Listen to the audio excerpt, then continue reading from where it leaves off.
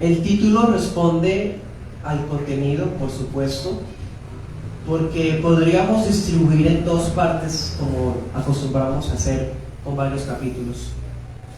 Y precisamente en la primera parte ustedes van a ver la misericordia jugando un papel especial, y en la segunda parte van a ver la venganza tomando un papel especial. Entonces por eso lo titulamos así: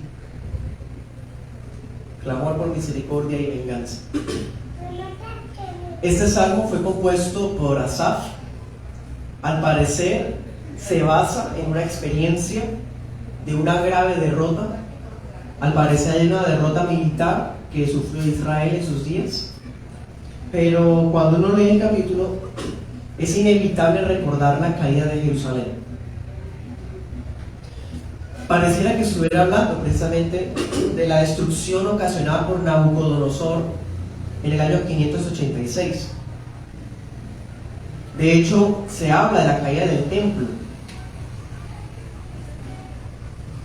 Pero ocurre algo muy particular, de lo cual, pues, por ejemplo, para el servidor le da pie para dudar que haya sido escrito con ocasión de la caída de Jerusalén. Miren el versículo 2,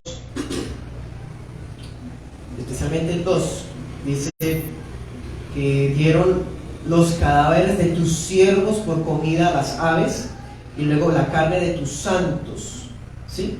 En el verso 1 dice que las naciones invadieron tu heredad, ¿sí? O sea, habla del pueblo de Israel como heredad, como siervos, como santos. De hecho, la Nueva Biblia de Jerusalén traduce como amigos de Dios. Y si usted se acuerda, el pueblo de Israel que fue destruido en días de Nabucodonosor no se caracterizaba por ser ni santos ni por ser amigos de Dios. Entonces, por eso, en lo personal, prefiero no tomar del todo esa posición de que este salmo haya sido escrito después de la caída de Jerusalén. Además, dice que es de Asaf, ¿sí? Que Asaf vivió casi 500 años antes de que ocurriera eso. En caso de que haya sido de verdad después de la caída de Jerusalén, entonces habrá sido escrito por un descendiente de Asaf. Eso es lo único que podríamos decir, no tenemos más datos como para precisar. Vamos a estar estudiando el capítulo en dos partes. La primera parte vamos a ver los versículos del 1 al 5 y el versículo 8. Vamos a titularlo El maltrato del pueblo. Maltrato del pueblo. Y como les decía ahorita, resaltará la misericordia en esta parte. Y la segunda parte vamos a ir de los versículos 6 y 7 y luego la parte final. Vamos a titularla Justicia contra los paganos. ¿Sí? Lo que les decía ahorita, la venganza jugando un papel importante. Bueno, comencemos. Versículo 1 dice: Oh Dios, las naciones han invadido tu heredad. Es muy llamativo, hermanos.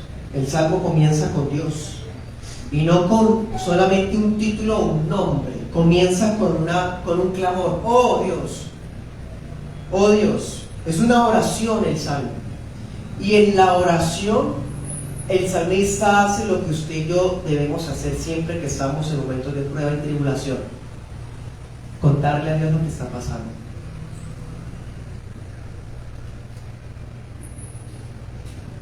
Él ora y le cuenta al Señor acerca de una invasión que lograron unas naciones vecinas. No nos dicen cuál, pero cuando sabemos que son vecinos, ya suponemos moabitas, amonitas, filisteos, sirios.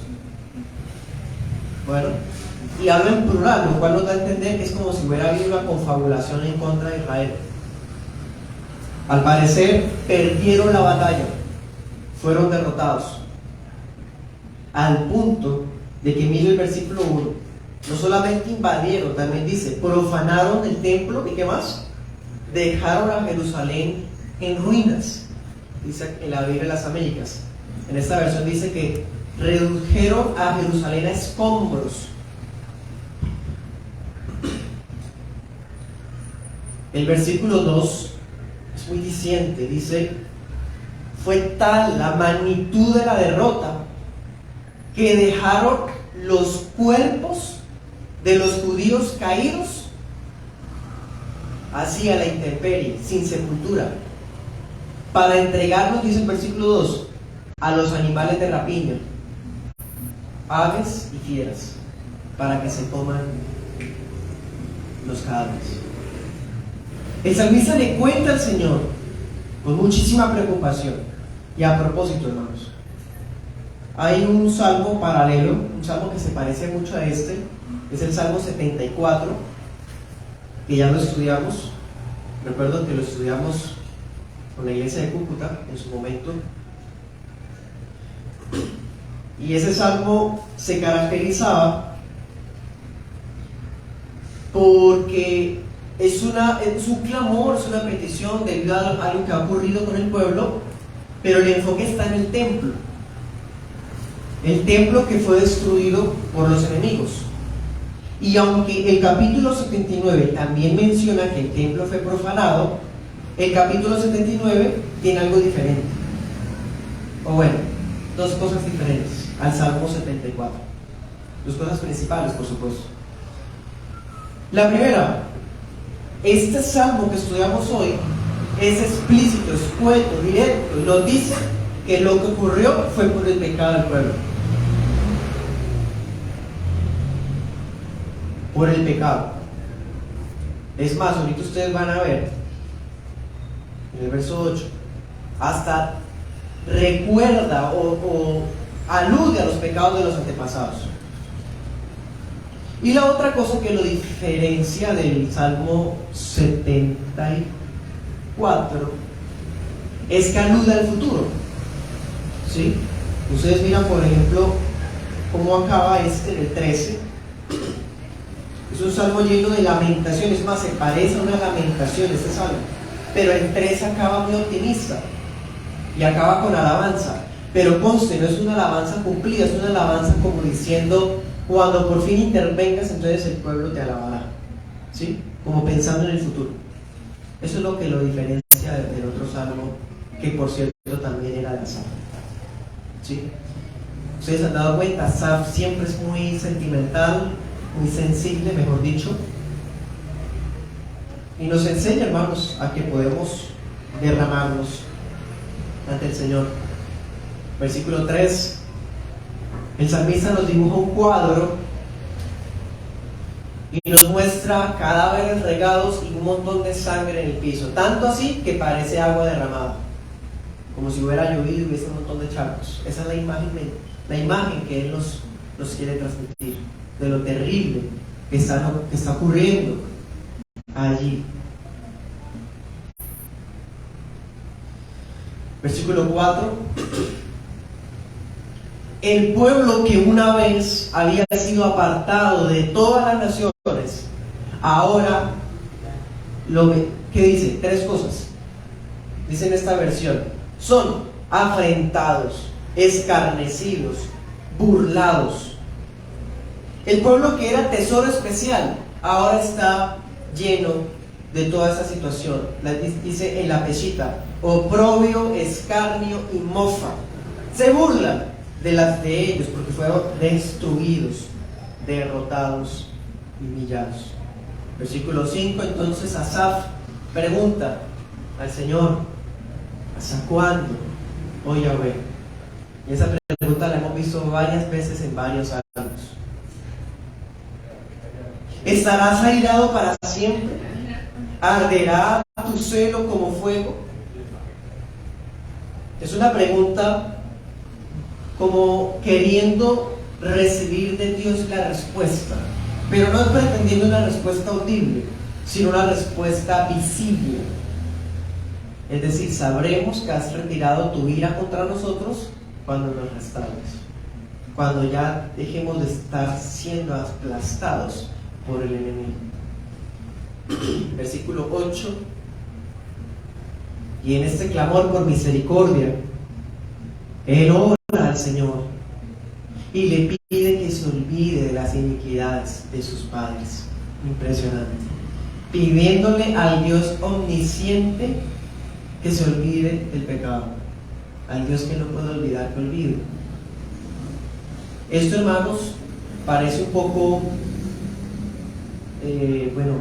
contradictorio con el atributo de Dios de la omnisciencia, pero ya sabemos lo que es el antropopatismo, como atribuir sentimientos o algunos tipos de actos que son solamente de humanos a Dios, ¿sí? Dios no olvida, pero pedirle a Dios que se olvide es una forma muy íntima de pedir misericordia, ¿sí? Y miren, me parece muy conmovedor en el 8 al final. Dice: envía pronto tus misericordias, porque estamos muy abatidos. Uy, hermanos, qué conmovedor. Mándala rápido, por favor, estamos destrozados.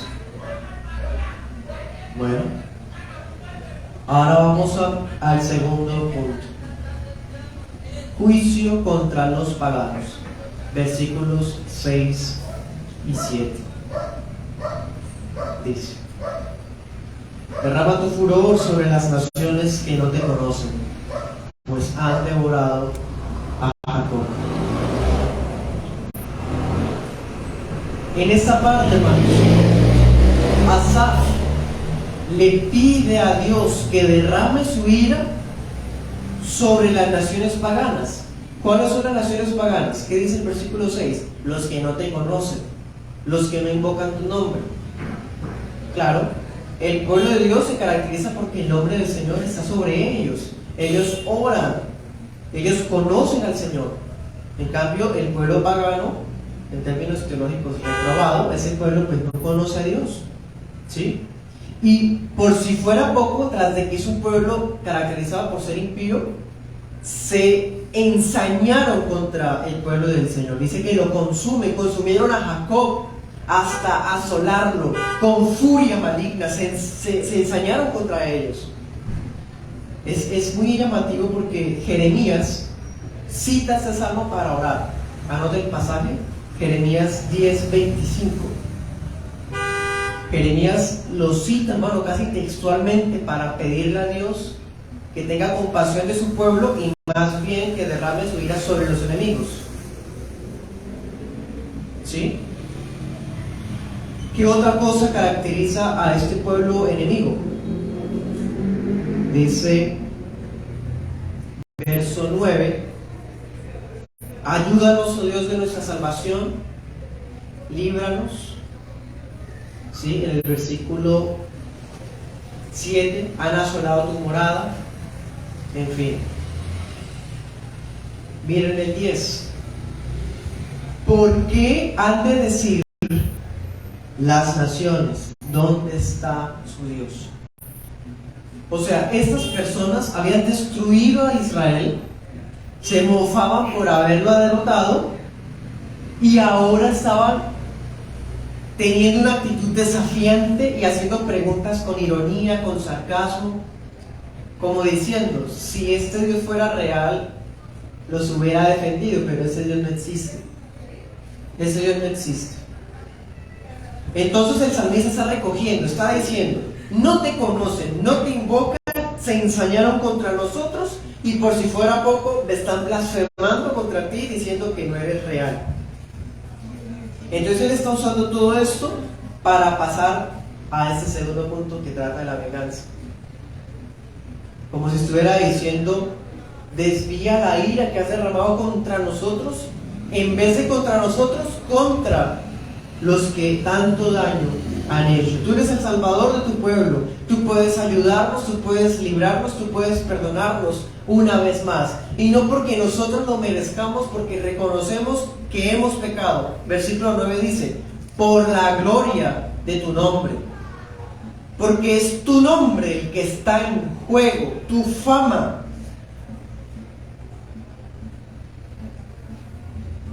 Versículo 10: así que entonces eleva lo que conocemos como la oración, una oración imprecatoria contra enemigos de Israel.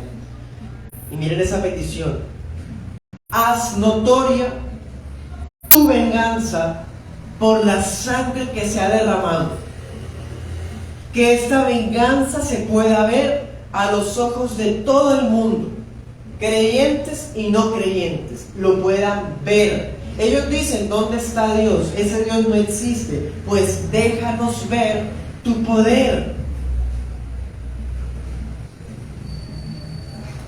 Versículo 11. Y ese clamor no solamente provenía del salmista, sino también de ¿quiénes? De los presos y de los sentenciados a muerte.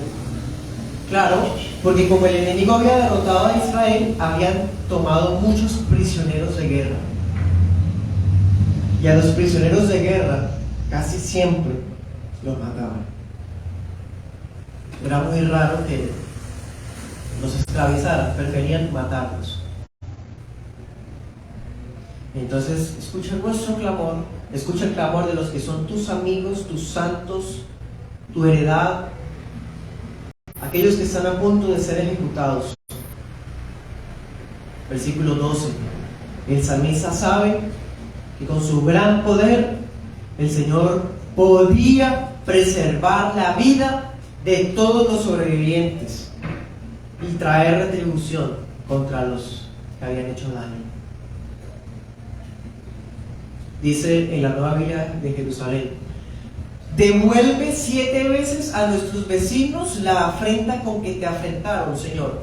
Es decir, es como si estuviera haciendo alusión a lo que aparece en Deuteronomio. ¿Se acuerdan? Cuando una mujer viuda quedaba sin pareja, se buscaba al pariente redentor para que la tomara.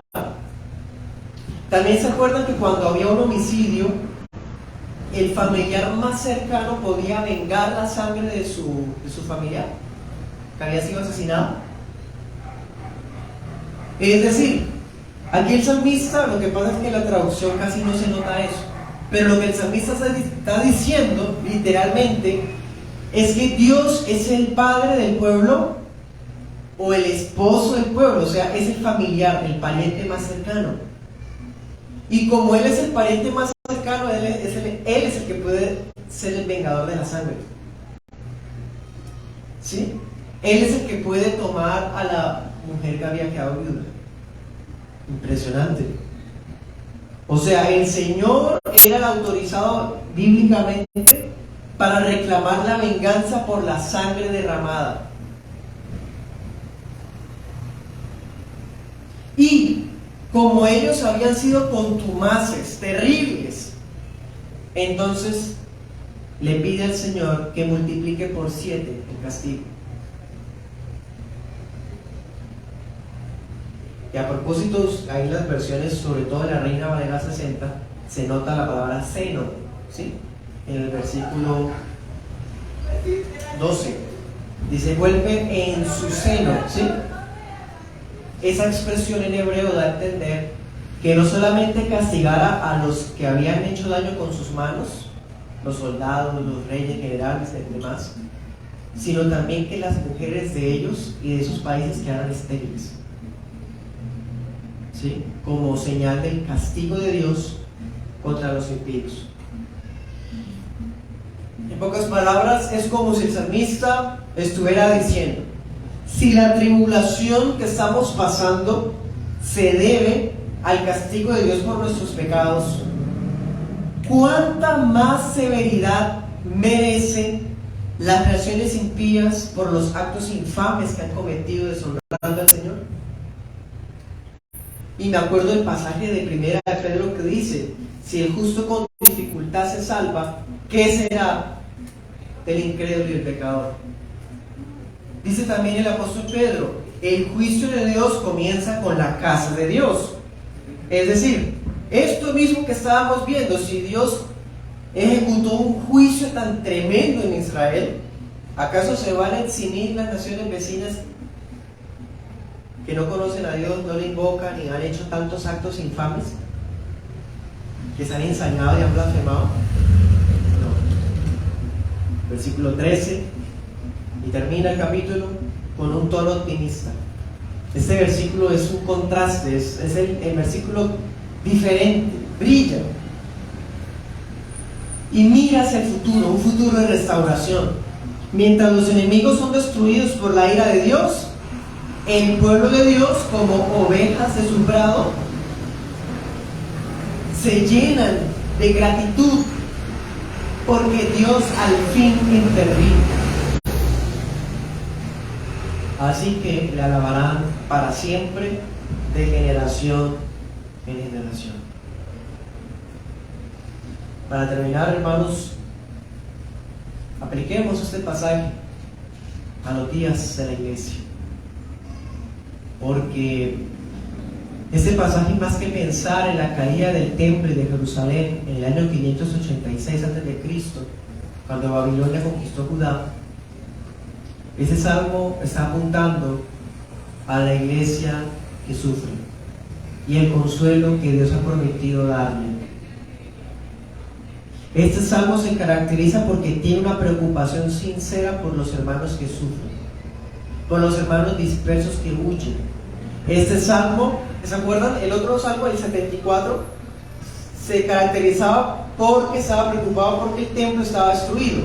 Pero este salmo, aunque menciona el templo, está preocupado porque el pueblo ha sido gravemente maltratado.